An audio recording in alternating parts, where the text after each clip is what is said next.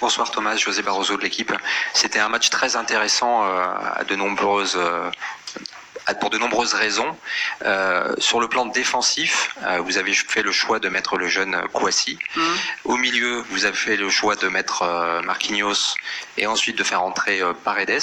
Est-ce que vous pouvez nous dire un peu les enseignements que vous tirez de ce match? Est-ce que c'est un vrai signal en vue de Dortmund ou c'est juste un premier test et on peut s'attendre à d'autres tests d'ici 10 jours? Non, c'est pas un signal pour Dortmund.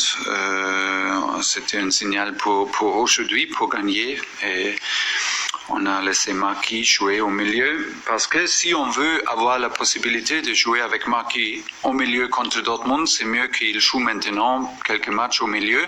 Parce qu'il peut toujours jouer défenseur central. C'est plus facile d'adapter, de jouer un peu plus bas, mais c'est difficile s'il joue maintenant toujours aux défenses.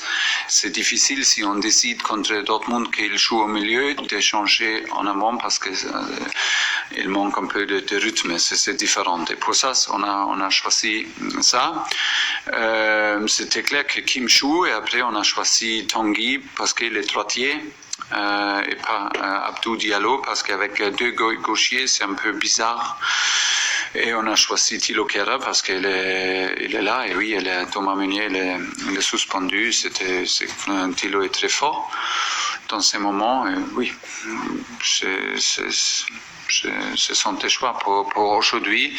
On a fait une semaine avec trois entraînements, avec beaucoup d'intensité et beaucoup de qualité. Et oui, mais j'ai beaucoup confiance à Léo Paredes aussi. Et maintenant, c'est Mauro, il a fait un but et voilà. Maintenant, on doit choisir une 11 titulaire contre Lyon. Un match très, très important et très, très difficile. Et après, on doit décider comment on joue contre Strasbourg et Dortmund. Bonsoir Thomas, Sébastien Nieto du Parisien. Déjà, comment va entrer le Di Maria, s'il vous plaît? Et ensuite, comment vous sentez votre groupe depuis les derniers jours? Voilà, on a entendu évidemment parler d'une réunion entre vous. Est-ce que vous sentez votre groupe, ça y est, définitivement mobilisé et ressoudé en vue du 8e de finale contre le Dortmund? Oui, le groupe veut absolument montrer, les joueurs veulent absolument montrer contre Dortmund qu'ils sont capables de faire 7 pas en avant et qu'ils vont montrer que c'est trop de critiques, c'est trop grave parce qu'ils font une saison très très constante, très très fiable, très avec beaucoup de victoires, avec beaucoup de performances professionnel avec beaucoup de performances très très fortes, beaucoup de victoires méritées, quelques matchs nuls et une défaite, et c'était peut-être un peu trop. On ne peut pas perdre confiance à cette équipe, on ne peut pas perdre confiance à ce groupe-là. On doit jouer les 2 matchs et maintenant ils ont envie de jouer 7 matchs. Ils veulent absolument montrer et ça commence chaque jour. Ça a commencé pendant cette semaine, dans l'entraînement et ça continue dans ce match-là et ça continue à mercredi. Et avec Angel, je pense que maintenant le statut c'est qu'il n'est pas blessé, il a senti inconfortable et on a décidé de sortir, c'est mieux, de ne pas prendre aucun risque. Demain, c'est une autre examination. Mais je suis content, j'ai confiance qu'il peut peut-être jouer contre Lyon mercredi. Bonjour Thomas, Benjamin Quarez, goal.com. Ce soir, on a vu Idrissa Gueye un peu plus haut sur le terrain, avec la présence un peu plus haut sur le terrain, avec la présence de Marquinhos à ses côtés. Est-ce que vous êtes satisfait de sa prestation dans l'ensemble? Et est-ce que selon vous, c'est peut-être son meilleur match depuis le début de l'année 2020? C'était un bon match de lui.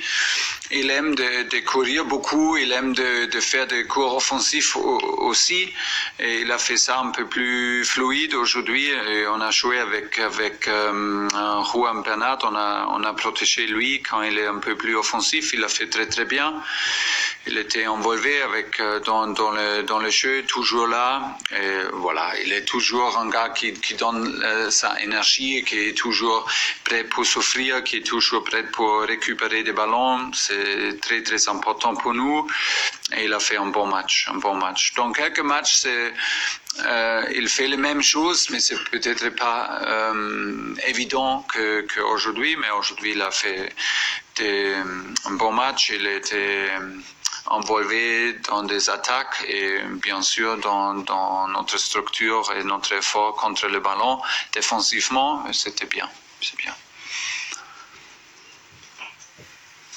Bonjour Thomas, Arnaud Herman, l'équipe. Est-ce que dans votre effectif, c'est Paredes qui se rapproche, de par ses qualités, le plus de celle de Marco Verratti? On a vu que quand il est rentré ce soir, il a cassé des lignes par ses passes, et notamment 2 fois, et ça a apporté un but pour l'équipe. Merci. Et là, à la fin? Il a cassé 2 fois les lignes avec des passes verticales, oui. Ce qui a permis d'amener le 2e et 3e but. Oui, il est très fort avec ses passes en avant, avec des passes très fortes, avec des passes diagonales au sol. C'est sa force et c'est la qualité de Léo. Et il est toujours dans ma tête, il est toujours une possibilité qu'on joue avec lui. Et il va avoir la possibilité de montrer et ça rien à changer. Par rapport à Marco? Par rapport à Marco? C'est lui qui s'en approche le plus, de par ses qualités, dans ce qu'il fait. Je n'ai pas compris, c'est bon. Marco?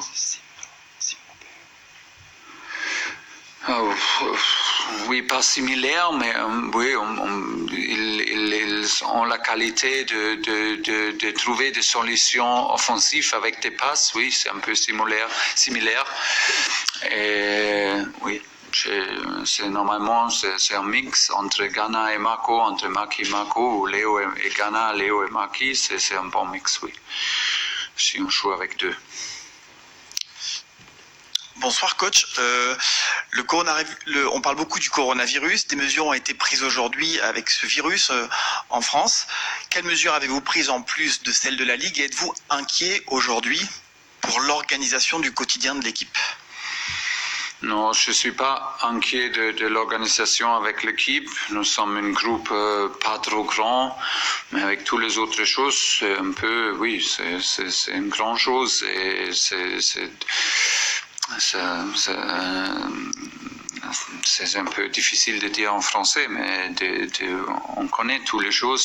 Chaque jour, on parle de cette chose-là. Et oui, on doit attendre. Il y a des matchs en Italie qui ne jouent pas, des équipes qui ne jouent pas, et on doit attendre. Qu'est-ce qu'on fait? Mais il y a des choses qui sont plus importantes que foot. Hein. C'est pas une surprise. Merci beaucoup.